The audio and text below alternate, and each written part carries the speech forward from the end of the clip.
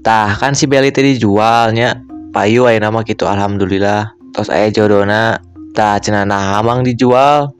Ya karena biasalah gitu.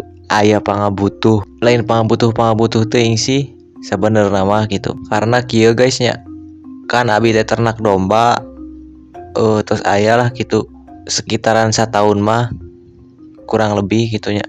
Tah abi teh selama setahun teh can pernah menang hasil gitunya tina domba tong borong ngajual gitunya nganak oge di kandang can aya nu nganak soalnya kan abi mah meserna ti alit kieu tah ngedot sami nu di kandang oge sadayana gitu hasil ngedot jadi nyameh aya rada semangat di gitu ngarite ka abina tah eta karerasan anu meserna teh orang Malangbong ya jadi dicanda ka dieu gitu mang kan eta nyusu keneh atuh terus eta bakalan dipasihan naon di dituna tah guys jadi ku abi disarankeunna dipasihan propatnya tah bisi kalian guys pengen ngedot domba gitu bisa pakai propat soalnya yo guys ya anu meser domba ieu ka abi ku abi disarankeunna nganggo susu propat pada abi pas itu pernah nganggo susu propat tah engke oge anu dua ieu ku abi bakalan dipasihan susu propat plus susu sapi murni gitu jadi dicampur sok we anu bade meser mah tinggal cek aja we keranjang kuning ya soalnya ieu stokna terbatasnya